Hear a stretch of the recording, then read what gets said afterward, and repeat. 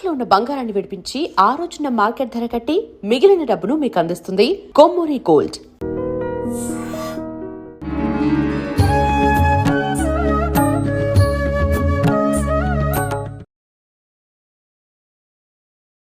నమస్కారం, welcome to I dream.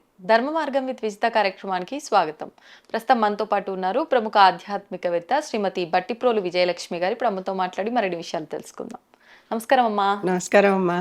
అమ్మా, మనం నిజంగా భగవంతుడి మీద నమ్మకము, భక్తి శ్రద్ధలతో గనక మనం ఆరాధిస్తే ఖచ్చితంగా భగవంతుడు ప్రత్యక్షం అవుతాడు అని అంటూ ఉంటారు. నిజంగా ఏ రూపంలో ప్రత్యక్షం అవుతాడమ్మా? మనం ఏ రూపంలో భావిస్తే ఆ రూపంలో ప్రత్యక్షం అవుతాడు. అందుకే దైవం మానుష రూపేణ అనేటటువంటిది ఒక భావం వచ్చింది. మనం ఏ రూపంలో ఆ దేవుణ్ణి కొలిస్తే ఆ రూపంలో ఎంత మాత్రమున ఎవ్వరు తలిచినా అంత మాత్రమే నీవు అని అన్నమయ్య వెంకటేశ్వర స్వామిని కీర్తించాడు. అమ్మవారిలాగా తలిస్తే అమ్మవారిలాగా వస్తాడు, శివుడిలాగా తలిస్తే శివుడిలాగా వస్తాడు, కాపాలికుడిలాగా భావిస్తే కాపాలికుడిలాగా వస్తాడు. ఆ పాటలో చెప్పింది అదే కదా, ఆయన అన్నమయ్య కీర్తించింది. మనం ఏ విధంగా అలా భావిస్తే ఆ విధంగా వచ్చి దర్శనమిస్తాడు. కనుక మనం కోరుకున్న రూపంలో రావాలి, అప్పుడే మనకి నమ్మకం. లేకపోతే ఇంకొక రూపంలో వస్తే మనమే గుర్తించంగా. అవును. దీని మీద పంచతంత్రంలోనే ఎక్కడో చిన్న కథ ఉంది. ఆ కథలో ఎలా ఉంటుందంటే, బాగా పెద్ద తుఫాన్ వచ్చేసి ఊరు ఇల్లంతా కొట్టుకుపోయింది. ఒక మంచి భక్తుడు ఉన్నాడు. భక్తుడు ఉండి ఓ చెట్టెక్కి కూర్చుని రక్షించు రక్షించు అని దేవుడిని వేడుకుంటున్నాడు. ఓ పడవ వచ్చింది. వాళ్ళెవరో రెస్క్యూ ఆపరేషన్ వాళ్ళు వచ్చారు. రా ఎక్కువ అన్నారు. అబ్బాయి నేను రాను, నా కోసం దేవుడు వస్తాడు అన్నాడు. మళ్ళీ తర్వాత ఇంకోళ్ళు ఎవరో, ఇలా ఎంతమంది వచ్చినా నేను రాను, నా కోసం దేవుడు వస్తాడు అన్నాడు. తర్వాత మునిగాడు, వెళ్ళిపోయాడు, దేవుడి దగ్గరికి వెళ్ళిపోయాడు. వెళ్ళిపోయాక దేవుడిని అడిగాడు, అదేంటి నేను రక్షించమని ఇంత అడిగాను, నువ్వు రక్షిస్తానని కూడా నాకు చెప్పావు. అవునయ్యా, నేను పడవాడి రూపంలో వచ్చాను, బుట్టవాడి రూపంలో వచ్చాను, ఇంకోటి రూపంలో వచ్చాను. ఎన్ని రూపాల్లో వచ్చినా నువ్వు నన్ను గుర్తించలా, నన్నేం చేయమంటావు? నువ్వు ఇలాగే వస్తావు అనుకున్నానంటే, నువ్వు ఎప్పుడు ఎవరి రూపంలో ఎలా వస్తావనేది పూర్తిగా వాళ్ళే. మరి ఎలా? అందుకనే మనకి మాతృదేవోభవ, పితృదేవోభవ, ఆచార్య దేవోభవ, అతిథి దేవోభవ అని ఇన్ని పేర్లు పెట్టారా? ఇవన్నీ దేవతా స్వరూపాలే అని చెప్పారు. కనుక నిత్యం కంటికి ఎదురకుండా ఉండేవాళ్ళు తల్లిదండ్రులు. వాళ్ళని పూజించండి. మీకు వాళ్ళ అవసరాలు, మీ అవసరాలు ఎన్ని తీరుస్తున్నారు వాళ్ళు? అవును. ఎన్ని తీర్చకపోతే మనం ఇప్పుడు ఈ రోజు ఇట్లా ఉన్నాం. తర్వాత సరే వీళ్ళు కడుపు నింపారు, దేహానికి కావాల్సిన పోషణ అంతా తల్లిదండ్రులు ఇచ్చారు. మరి ఈ బుర్రని నింపేవాళ్ళు కూడా ఒకళ్ళు కావాలిగా, బుద్ధి జ్ఞానం ఇచ్చేవాళ్ళు గురువు, ఆచార్య దేవోభవ. ఆ తర్వాత అతిథి దేవోభవ అని ఎందుకన్నారు? అతిథులకు వచ్చినప్పుడు వాళ్ళకి మనం మర్యాదలు చేయటం ద్వారా, వాళ్ళకి కావాల్సినటువంటి అంటే భోజనాదులు అన్నీ ఇవ్వటం ద్వారా, ఇంటి ఎవరైనా వస్తే బొట్టు పెట్టడం, బట్టలు పెట్టడం, భోజనం పెట్టడం, ఇలాంటివన్నీ మన సంస్కృతిలో ఉన్నాయి కదా. ఇవన్నీ చేయటం ద్వారా అతిథుల్ని కూడా మనం పూర్తిగా సత్కరిస్తున్నాం. అంటే దేవతలని ఎలా సత్కరిస్తామో అలా సత్కరిస్తున్నాం అనమాట. కనుక వీళ్ళందరూ నిత్యం మనకు కనిపించే దేవతలు, నిత్యం కనిపించే దేవతలు. కనుక వీళ్ళకి అందుకనే తల్లిదండ్రులు వెళ్ళిపోయినా కూడా వాళ్ళకి మనం భోజనాదులు పెట్టాలి తద్దినాల రూపంలో అని చెప్తారు. కనుక వీళ్ళకి మనం వదలకూడదు. వీళ్ళని ఎప్పటికీ మన దేహం ఉన్నంత వరకు వదలకూడదు. మన దేహం వెళ్ళిపోయాక మనకే మన తర్వాత వాళ్ళు చేస్తారో చేయరో వేరే విషయం, చెయ్యాలి. కనుక వీళ్ళందరూ కనుక దేవతని పూజిస్తూ ఉన్నప్పుడు ఖచ్చితంగా ఆ దేవత మనకు అనుకున్న రూపంలో కనిపిస్తుంది.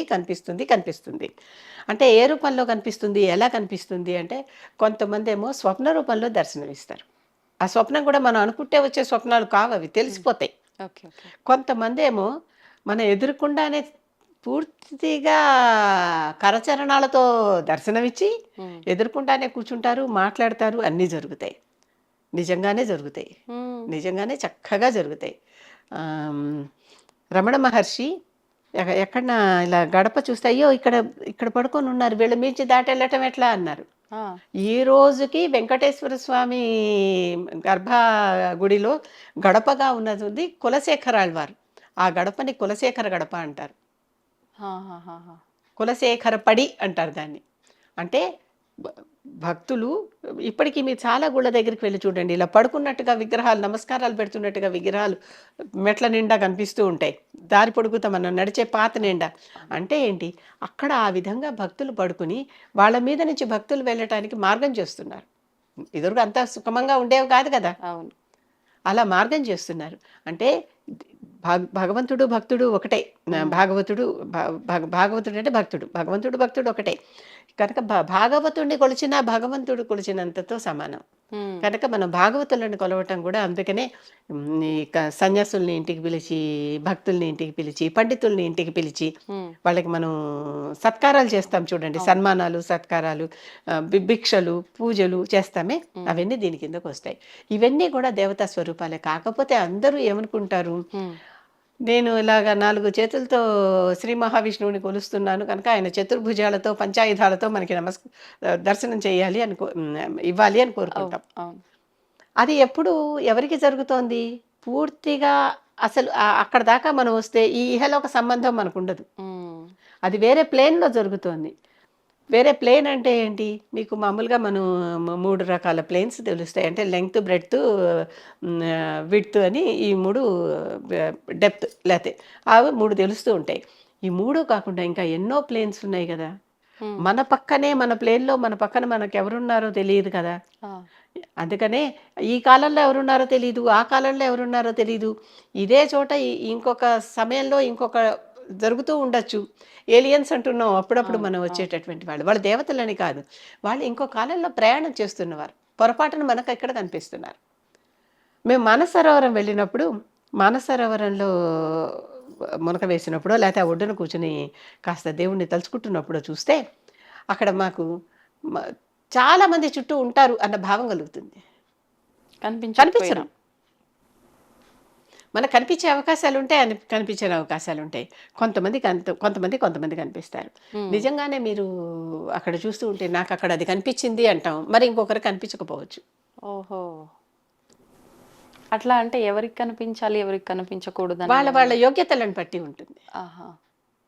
బాలుడైనా ధ్రువుడికి కనిపించేశాడు, అవునా?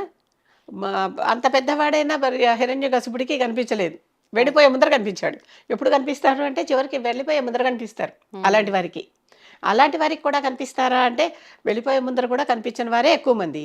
వెళ్ళిపోయినప్పుడైనా కనిపించేవారు ఎప్పుడంటే నిరంతరం హరిధ్యానంలోనే ఉన్నాడుగా హిరణ్యకశిపుడు కూడా. హరిని మర్చిపోయింది ఎప్పుడు హిరణ్యకశిపుడు? అవును, తలుస్తూనే ఉన్నాడు కనుక అటువంటి వారికి ఆ సమయంలో కనిపిస్తారు. కనుక ఎప్పుడైనా కూడా నిజంగానే కనిపిస్తారా అంటే మీరు ధ్యానంలో కూర్చోండి, ధ్యానంలో మీకు దర్శనం అయితే అవుతుంది. అంటే పూర్తిగా శ్రద్ధ భక్తి పూర్తిగా లీనమైపోవటం ధ్యానం అంటేనే.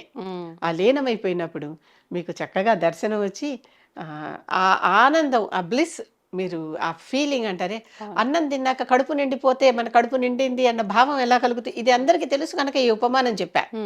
దేవుణ్ణి చూశాక ఆ దేవుణ్ణి చూసినటువంటి భావం అది కలుగుతుంది, ఖచ్చితంగా కలుగుతుంది. ఖచ్చితంగా ఖచ్చితంగా ఖచ్చితంగా కలుగుతుంది. ఎప్పుడు అంత లీనమైపోయి ఆయన నాకు కనిపించాలి, ఆమె నాకు ఎవరిని భావిస్తే వారు కనిపించాలి అనుకున్నప్పుడు వారు చక్కగా వస్తారు, కూర్చుంటారు, మనకి ఉపదేశాలు ఇస్తారు, ఆదేశాలు ఇస్తారు, మనతో సఖుడల్లే ప్రవర్తిస్తారు. అన్ని రకాల నవవిధ భక్తులు ఉన్నాయి కదా, ఉంటాయి. మన ఎదుర్కొంటా నృత్యం చేస్తారు, మనకి ఏదన్నా ప్రత్యేకమైన విశేషం చెప్తారు, అక్కడికి వెళ్తే ఆ విశేషం ఉంటుంది. చాలా చక్కగా అన్నీ జరుగుతాయి. అటువంటి సిద్ధి పొందాలి. సిద్ధి అంటే ఏంటి? సాధిస్తే కలిగేది సిద్ధి. సాధన చేస్తూ ఉంటే, ఆ సాధనలో ఉంటే ఎప్పటికో అప్పటికి మనకి పూర్తిగా ఒక సబ్జెక్ట్ చదువుకుంటూ ఉంటే ఎప్పటికప్పటికి ఆ సబ్జెక్ట్ మొత్తం వచ్చేస్తుంది కదా. అలాగే భగవంతుడు అనేటటువంటి సబ్జెక్ట్ చదువుకుంటూ ఉంటే, లేకపోతే ఉపాసన చేస్తూ ఉంటే, సాధన చేస్తూ ఉంటే తప్పనిసరిగా సాధన ఫలితంగా, అందుకని దీన్ని సాధన సమరం, యుద్ధంలాగా చేయాల్సిందే, అర్థమైందా? చేస్తూ ఉంటే చిట్ట చివరికి మనకి ఆ దృశ్యం కనిపిస్తుంది.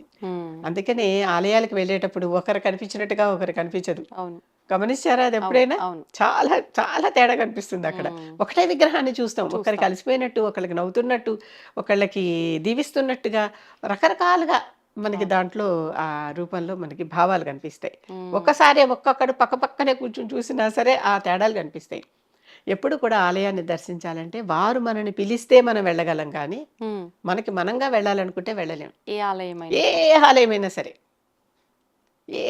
సరే అక్కడ భగవత్ శక్తి ఇసుమంతం ఉన్నా సరే, ఆ భగవంతుడు మనని దర్శించాలంటే మనం వెళ్తాం, కానీ భగవంతుడిని మనం దర్శించాలంటే వెళ్ళలేము. గడప దాకా వెళ్ళాక తలుపు మూసేస్తారు, వెనక్కి రావాలి. అవును, అలాంటి సందర్భాలు కూడా ఎన్నో మనకు ఉంటాయి. ఉంటాయి. వాళ్ళు మనల్ని చూడాలనుకోవాలి కానీ మనం వాళ్ళని చూడాలనుకోవటం అనేది ఎప్పటికీ కూడా అసలు విషయం కాదు. ఉమ్, కనుక వారు పిలవాలి, కాల్ రావాలి. అప్పుడు మనం వెళ్తే ఎట్లాంటి పరిస్థితుల్లోనూ ఓపెన్ చేసి చూపిస్తారు. ఆ కాల్ వస్తే ఎట్లాంటి పరిస్థితుల్లోనూ తలుపులు ఇలా తెరుచుకుని కనిపిస్తాయి. అవును. అవును. కొన్నిసార్లు ఊహించకుండా చాలా అద్భుతంగా దర్శనం అనుకోకుండా ఇలా దగ్గర నుండి చూసే భాగ్యం కలిగింది, అంతే. ఇట్లా అనుకుంటూ ఉంటాం. అవును. ఇలాంటివన్నీ స్వామి అనుగ్రహం వల్ల వెళ్ళటం వల్లనేనేమో కావచ్చు. వారు పర్మిట్ చేస్తేనే. ఉమ్, అక్కడ ఎవరో ఒకళ్ళు ఉండి మనకి ప్రోటోకాల్ తీసుకెళ్ళి చూపించేశారు అని అనుకుంటాం. అవును. ప్రోటోకాల్ అనే పేరు అందరికీ వాడకపోయినా ఎవరో ఒకరుండి అయ్యో ఉండండి చూడండి అని పిలిచారనుకుందాం. అవును. వారి రూపంలో వచ్చి చెప్పిస్తారు. ఉహుం. వారి మనసుల్లో ప్రవేశించి. బా, అది ఖచ్చితం. మరి ఇంతకంటే దర్శనం ఏం కావాలి? అంతే.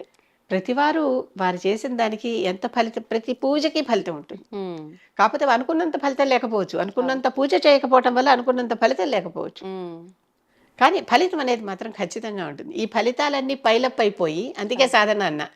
ఒకదాని మీద ఒకటి, ఒకదాని మీద ఒకటి ఈ ఫలితాలన్నీ పైలప్ అయిపోయి ఒక శిఖరంలాగా ఏర్పడినప్పుడు ఆ ఎట్టెదురకుండా కట్టెదుర వైకుంఠము కానా చేయన కొండ. అప్పుడు ఆ కొండలోనూ కనిపిస్తాడు, కొండ మీద గుడిలోనూ కనిపిస్తాడు, గుడి లోపల గర్భగుడిలోనూ కనిపిస్తాడు, ప్రతి శిల్పంలోనూ కనిపిస్తాడు, ప్రతి మొక్కలోనూ కనిపిస్తాడు. అందుకనే చెట్టుల్లో కూడా మనకి రకరకాల రూపాలు ఉన్నాయి. ఉమ్, కనుక అన్ని చోట్ల కనిపిస్తాడు. అందుకనే ఇక్కడ ఉన్నాడు, అక్కడ చీమలో బ్రహ్మలో కూడా ఉంటాడు అని చెప్తుంది ఉమ్. మనకి శాస్త్రం. ధన్యవాదాలమ్మా.